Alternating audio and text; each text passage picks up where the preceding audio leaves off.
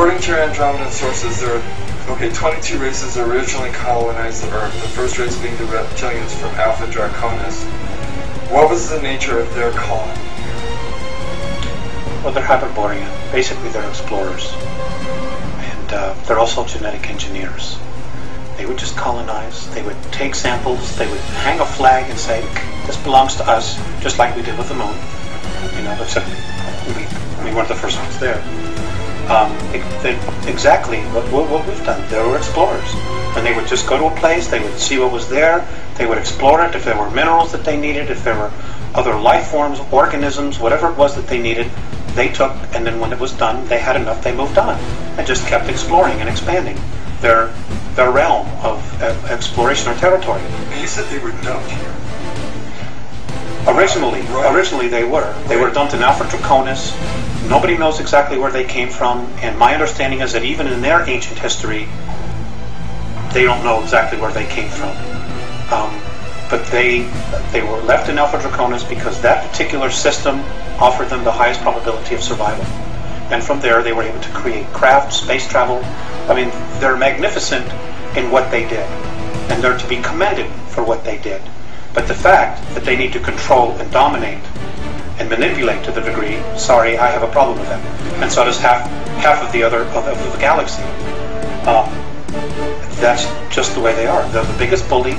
Nobody can beat them up or wipe them out, so therefore they have no motivation to change. So that's the space they hold. And, you know, the Andromedans actually consider them the ultimate warriors. You know, because we need to be free. We need to have our shackles that we've been put around us let go of, so that we can really evolve. And you know, we have awesome potential. We really do. We have been, as a race, we have been through so much here. We have so much experiences, you know, and because of our emotions, which is really our strength, which really sets us apart from all the other races out there, even the other human races. You know, we have tremendous capabilities to create things. And, you know, but we need to get clear of what's real and what isn't. You know, we also need to get really clear about being able to create our own future, to create our own reality. And not have somebody say, well, that doesn't work for me, so you're going to have to do this. You know, play God and ruler over us. Andromedans tell you that the Alpha Draconans are here now. Where? There are 1,833 of them that have been living underground between 100 and 200 miles beneath the surface. They've been here, some of them have been here a long, long time. They have lifespans that are thousands of years. They're carnivorous. They are not friendly to mankind, at least the ones that are here. Are you saying carnivorous, they eat humans? Yes. And they won't eat a dead human. It has to be alive at the time of the killing. Their preference is children. You know, and we've been told, you shouldn't talk about that. You know, there are other people say, well, you better not talk about the reptilians. Well, you know, bull. You know, why not? According to the Andromedans, they're responsible for 31,712 children disappearing in the last 25 years from the United States. These children were food. And I'm supposed to just shut up and not say anything about it because people don't want to hear it? That's tough. That's tough. You know, Westchester County, in the last 5 years, 3,000 children in Westchester County, New York, have vanished without a trace. Where are they going? Why are we allowing this to happen? And why should people want to stay in denial about it? Now, how are they able to do this? How are they able to? How are they able to? How are they able to do it? How are they able to come up out of this from underground and do it? Or do they have? There are tunneling systems everywhere. They're being helped by the Greys, and also there are groups within the higher echelon that are actually helping them acquire this. So human beings are abducting the kids and giving them to the Greys, who in turn give them to the Alpha Draconans. That's right. That's part of the deal. They won't come up as long as we feed them down there. You understand? It's about human beings selling themselves out. The echelon attitude here, the needs of the few outweigh the needs of humanity. And sorry, that just isn't right.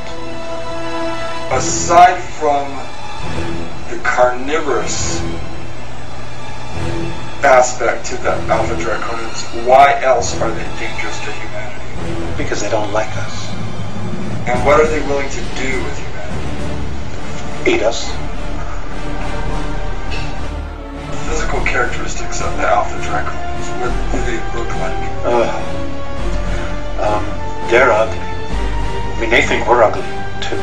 You know, I guess it's all a matter of perspective and belief system. In my belief system, and I'm only taking responsibility for me, they're ugly. They're anywhere from 7 to 22 feet tall. They can weigh up to 1,800 pounds. They're reptilian. The longer, the ones that have stubby tails, if you see one that has no tail, he's of the warrior class, or the worker class. The longer the tail, the higher their rank. When you see one with long tails, with winged appendages, he's considered royalty. Whenever you see one, you ought to just run like him. You shouldn't approach it. You shouldn't provoke it. Just get the hell out of its way. Just get out of its way. Just run. It is not something where man-to-man combat you're going to be able to deal with, because they apparently have the strength of 12, 15 men. They're incredibly quick. They're incredibly psychic. They know what you're going to do before you do it. And you know, if they get here en masse, we got real problems. Real problems.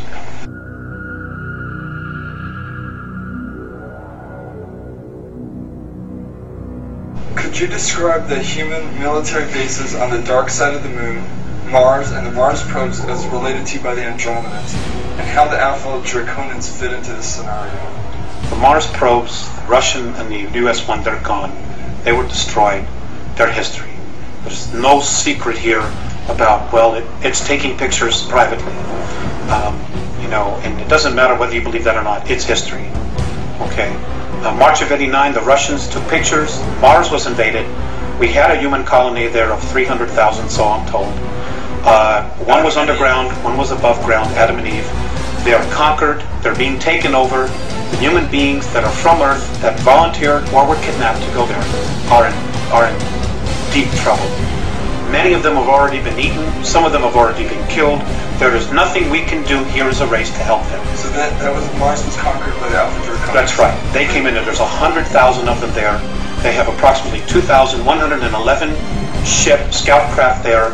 They're in an area underground that is 64 square miles, known on Mars as the area of Tempe Terra. That's where their base is. It's an ancient base that they had.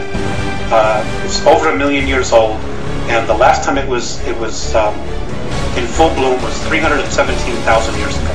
Now, if we begin to train all our telescopes on that, are we going to be able to see activity going on there? I suppose that we would. I have a feeling that they already are seeing incredible amounts of activity, but they're not allowed to say it.